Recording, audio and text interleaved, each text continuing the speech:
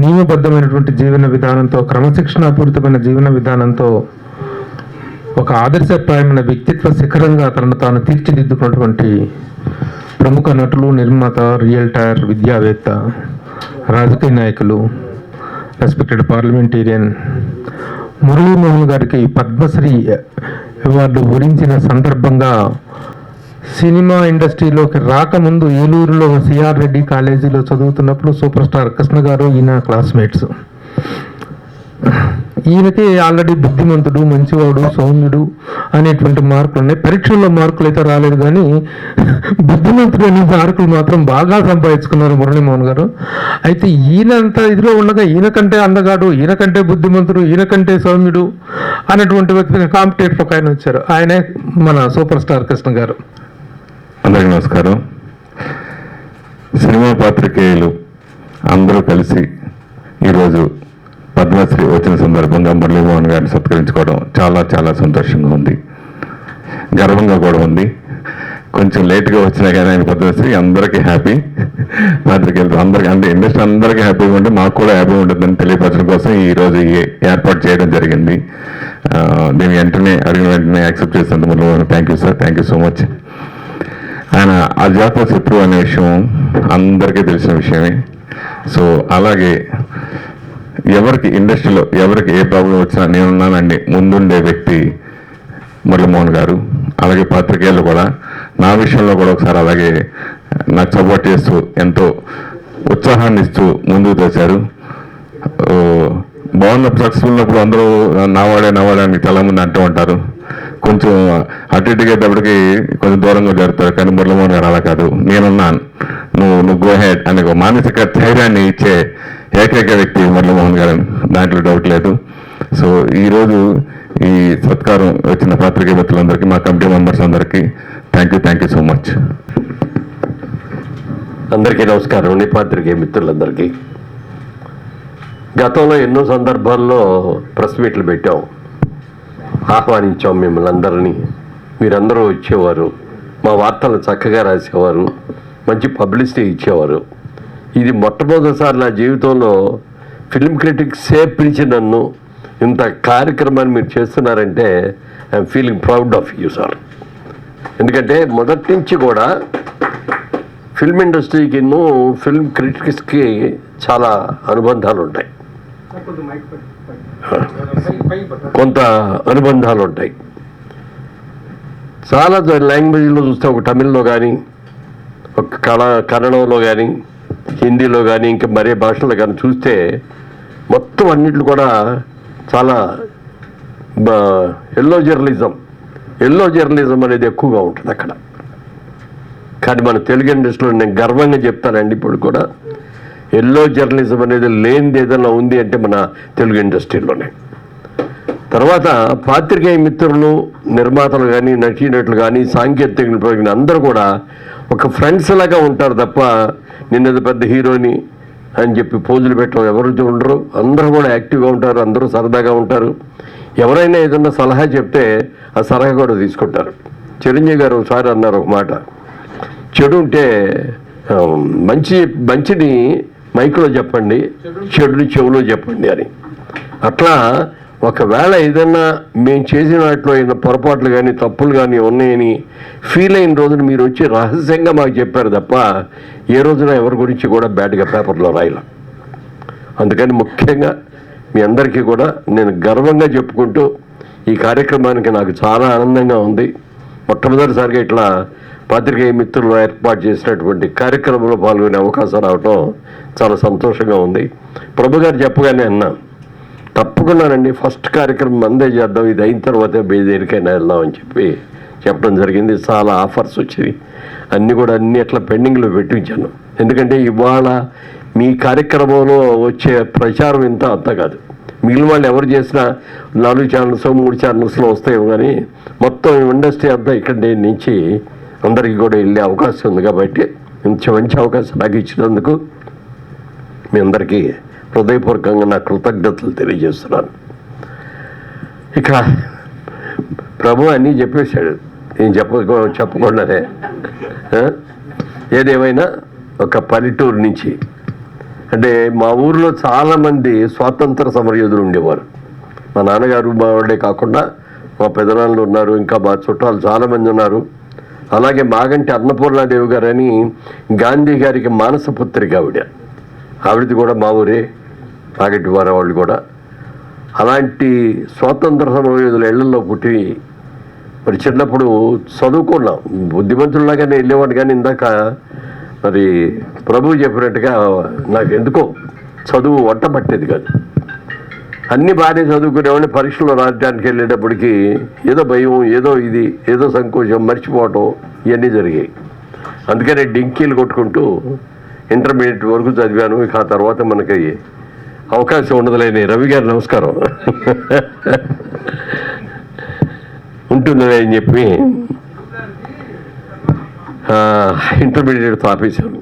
ఎందుకంటే మొట్టమొదటి నుంచి కూడా నాకు చిన్నప్పటి నుంచి కూడా ఒక మంచి బిజినెస్ మ్యాన్ అవ్వాలి అనుకున్నాను తప్ప ఒక డాక్టర్ అవ్వాలి, ఒక ఇంజనీర్ అవ్వాలి, ఒక ప్రొఫెసర్ అవ్వాలి, లేకపోతే ఒక ఐఏఎస్ ఆఫీసర్ అవ్వాలి అని ఇలాంటి కోరికలు నాకు లేవు.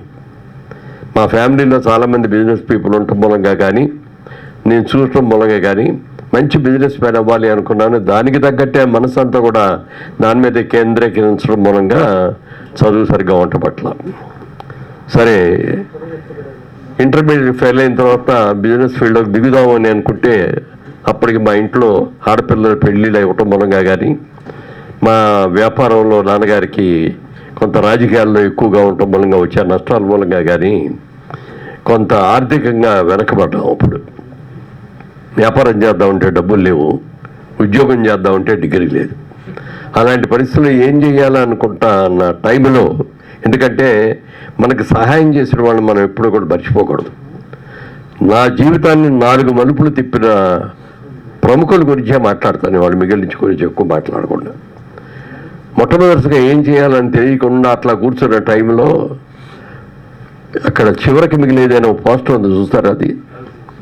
ఆ పోస్టర్ డైరెక్టర్ రామిరెడ్డి గారు, గుత్తా రామిరెడ్డి గారు అని, వారి అన్నయ్య గారే గుత్తా మాణిక్యాలరావు గారని. ఆయన నన్ను పిలిచి, ఆయనకి ఏలూరులో మంచి బిజినెస్ ఉంది, కిసాన్ ఇంజనీరింగ్ కంపెనీ పేరుతో. ఆ బిజినెస్ అని విజయవాడలో బ్రాంచ్ పెట్టాలని ఆయన అనుకొని నన్ను పిలిచి అడిగారు, ఇట్లా బ్రాంచ్ పెడదాం అనుకుంటున్నాను విజయవాడలో, నువ్వు వర్క్ చేస్తావా అన్నారు. చేస్తానండి, తప్పకుండా అన్నాడు. నీకు నెలకు 100 రూపాయలు జీతం ఇస్తాను, సంవత్సరానికి ఒకసారి 15 పైసల లాభాల్లో వాటా ఇస్తాను అని చెప్పి ఆఫర్ ఇచ్చారు ఆయన. వెంటనే ఎగిరి గంతేసి, దాని గురించి నాకు పెద్దగా తెలియకపోయిన వ్యాపారం గురించి వెళ్ళిన కొద్ది రోజులే దానిలో ఉన్న లోతుపాతులు అన్నీ కూడా తెలుసుకొని దాన్ని చాలా అద్భుతంగా పైకి తీసుకొచ్చాను. ఓ సందర్భంలో ఆయన, నా షేర్ ఇచ్చేద్దాం అనుకుంటున్నాను, బయట ఎవరెవరో అడుగుతున్నారు, వాళ్ళందరికంటే ముందు ఈ బిజినెస్ నువ్వు ఇంత డెవలప్ చేసేది నువ్వు కాబట్టి నీకే ఆఫర్ ఇస్తున్నారు అంటే, నా దగ్గర డబ్బులు లేవండి, ఉంటే ఆ రోజున మొదటి రోజు నేను పార్ట్నర్గా చేరి ఉండేవాడిని, వద్దు నాకు అన్నా. లేదు, నీకు వారం రోజులు టైం ఇస్తావు, వారం రోజుల్లో నువ్వు తీసుకోగలిగితే నువ్వు తీసుకో, నువ్వు కాదు అనుకుంటే ఎవరికైనా ఇచ్చేస్తానని చెప్పి ఆ గుత్తా మాణిక్యాలరావు గారు అనే నాకు చిన్నాన్నగారు అవుతారంటే మా నాన్నగారికి తోడోలుడు ఆయన పిలిచి చెప్తే కూడా నేను ఇవ్వలేకపోయాను. నా దగ్గర డబ్బులు కూడా లేవు. ఆలోచిస్తాను, ఇంటి దగ్గరికి వెళ్ళి కూర్చొని ఆలోచిస్తుంటే మా మిస్సెస్ అడిగింది, ఏమండి ఏంటి ఆలోచిస్తాను ఇందాక నుంచి చాలా దీర్ఘంగా అంటే, ఏం లేదన్న. కాదు మీరు ఏదో ఆలోచిస్తారు చెప్పండి అంటే, మాణిక్యాలరావు గారు ఆయన నాకు ఒక ఆఫర్ ఇచ్చారు, ఆయన షేర్ని ఇచ్చేద్దామని తీసుకోమంటున్నారు. మరి తీసుకోవచ్చు కదా అంది. తీసుకోవచ్చు కదా అంటే, నా దగ్గర డబ్బులు లేవని తెలుసు కదా నీకు, ఎట్లా తీసుకుంటాను నేను అంటే, మా పుట్టింటి వాళ్ళు నాకు 5 ఎకరాలు పొలం ఇచ్చారండి, ఆ పొలం అమ్మేస్తాను, అమ్మి డబ్బులు తీసుకొస్తాను, మీరు అందరూ షేర్ హోల్డర్ అవ్వండి అని చెప్పి అంటే, నేను వద్దన్నాను. ఎందుకంటే తల్లిదండ్రులు ఎప్పుడైనా సరే ఆడపిల్లకి కానీ మగపిల్లలకు కానీ డబ్బులు ఇచ్చేది, ఎందుకంటే ఏదైనా రేపు సక్సెస్ కాకపోయినా ఆడపిల్లకి మరి ఒక మినిమం గ్యారంటీ అనేది ఉంటుంది అనే ఉద్దేశంతో ఇస్తారు. అది అలాంటిది అమ్మి నాకు ఇవ్వటం వద్దంటే కూడా తను వెళ్ళి వాళ్ళ పేరెంట్స్తో మాట్లాడి వాళ్ళు కూడా వెంటనే యాక్సెప్ట్ చేసి వారం రోజులు తిరగకుండా 5 ఎకరాలని కూడా అమ్మి ఆ డబ్బు నాకు తీసుకొచ్చి ఇచ్చారు. దాంతో అదే కంపెనీలో 15 పైసల లాభాల్లో వాటాగా ఉన్న వ్యక్తిని 50 పైసల షేర్ హోల్డర్ అయ్యాను. ఇక అక్కడి నుంచి డే అండ్ నైట్ ఎలా బిజినెస్ చేయాలి, మా చుట్టూ ఉన్న వాళ్ళందరూ కూడా పెద్ద బిజినెస్ పీపుల్, వాళ్ళ దాటికి నేను ఎలా తట్టుకోవాలి అని రకరకాల ఆలోచించి చివరికి సక్సెస్ఫుల్గా చాలా బాగా చేసాం. అది నా జీవితంలో ఇచ్చిన మొదటి మలుపు గుత్తా మాణిక్యాలరావు గారు. అందుకని వారి జీవితంలో నేను ఎప్పుడు కూడా మర్చిపోలేను. ఇలా బిజినెస్ చేస్తూ ఉండటంలో నాకున్న సరదాతో నాటకాలు చేస్తూ ఉండేవాడిని. నా మిత్రులు చాలామంది సినిమాల్లోకి రావయ్యా బాగుంటుంది, క్రాంతి కుమార్ గారు, ముఖర్జీ గారు, చటర్జీ గారు, విజయ బాపిరెడ్డి గారు, ఇంకా ఎంతోమంది, కృష్ణ గారు, మేమందరూ కూడా ఏలూరు కాలేజీలో స్టూడెంట్స్. వాళ్ళు కూడా ఎన్నోసార్లు ఆఫర్ ఇచ్చారు. అలాగే గుత్తా రామిరెడ్డి గారు, ఆయన కూడా ఇచ్చారు, రావయ్యా బాగుంటావు కదా నువ్వు వద్దులేండి నాకు బిజినెస్ మీద ఇంట్రెస్ట్ అని చెప్పి వెళ్ళ నాటకాలు మాత్రం వేస్తూ ఉండేవాడిని. ఒక రోజున అనుకోకుండా క్రాంతి కుమార్ గారు నన్ను, హనుమాన్ ప్రసాద్ గారు, క్రాంతి కుమార్ గారు నన్ను మెడ్రాస్ తీసుకువెళ్ళి అక్కడ మేకప్ టెస్ట్ చేసి స్టిల్స్ అయి తీస్తే అనుకోకుండా అట్లూరి పూర్ణచంద్రరావు గారు ఆ ఫోటోలు చూడటం జరిగి వెంటనే ఇతను నాకు కావాలని నేను పిలిపించి, మా సినిమాలో నేను సినిమా తీస్తున్నాం, ఆ సినిమాలో అందరు కొత్తాలతో పెట్టి తీస్తున్నాం, గిరిబాబు గారు అయినా ఒక ఆయన్ని సెలెక్ట్ చేసాం, ఆయన హీరో అనుకున్నాం, కానీ మిమ్మల్ని చూసిన తర్వాత హీరో మీరైతే బాగుంటుంది అని అనిపించింది, అందుకని మీరు చేస్తారా అన్నారు. సార్ చేస్తానండి, బట్ ఆయన ఎవరినో సెలెక్ట్ చేస్తాను ఇది ఒకటి ఉన్నది కరెక్ట్ కాదేమో కదండి అన్న. లేదా ఆయన కూడా ఇక్కడే ఉన్నారు పిలుస్తారని చెప్పి పిలిచారు. ఆయనకి చెప్పారు, గిరిబాబు గారు మిమ్మల్ని హీరో అని అనుకున్న మాట వాస్తవం అండి, కానీ ఈయన వచ్చిన తర్వాత ఈయన చూస్తే ఈయన హీరోకి బాగుంటారు అని అనిపించింది. హీరోతో ఈక్వల్ క్యారెక్టర్ మా సినిమాలో విలన్ క్యారెక్టర్, మీకు అభ్యంతరం అయితే వేస్తారా అని చెప్పి అడిగితే రెండో మాట మాట్లాడకుండా వేస్తాను సార్ అని చెప్పి ఆయన ఒప్పుకోవటం. ఆ రోజు నుంచి ఈ రోజు కూడా మేము ఆ స్నేహం అలాగే ఉంది. అలా గిరిబాబు గారు కూడా నాకు ఎంతో హెల్ప్ చేశారు. అందుకని సినిమా ఇండస్ట్రీలో జగమే మాయ అనే సినిమాతో 1973లో ఫస్ట్ సినిమా హీరోగా యాక్ట్ చేశాను. అది నాకు ఆ సినిమా జీవితాన్ని ఇచ్చిన వ్యక్తి అట్లూరి పూర్ణచంద్రరావు గారు. చాలా పెద్ద ప్రొడ్యూసర్ ఆయన. ఎంతో పెద్ద పెద్ద హీరోలతో, నాగేశ్వరరావు గారితో, రామారావు గారితో, శోభన్ బాబు గారితో, కృష్ణ గారితో, అమితాబ్ బచ్చన్ గారితో, రజనీకాంత్ గారితో, ఇట్లా ఎంతో మందితో ఎన్నో భాషల్లో ఆయన దాదాపుగా 87 చిత్రాలు 13 భాషల్లో నిర్వహించిన వ్యక్తి ఆయన. అలాంటి వ్యక్తి నా జీవితాన్ని సినిమా రంగానికి నాకు ప్రసాదించిన వ్యక్తి శ్రీ అట్లూరి పూర్ణచంద్రరావు గారు. ఆయన కూడా నేను జీవితంలో ఎప్పటికీ మర్చిపోలేను. ఆ సినిమా అయిన తర్వాత జగమే మాయ ఒక విధంగా ఆడింది, యావరేజ్ అంటే యావరేజ్ మధ్యలో. రెండో సినిమా నా స్నేహితుడైనటువంటి హనుమాన్ ప్రసాద్ గారు, ఆయన దాసర్ గారి డైరెక్షన్లో తిరుపతి అనే సినిమా చేశారు.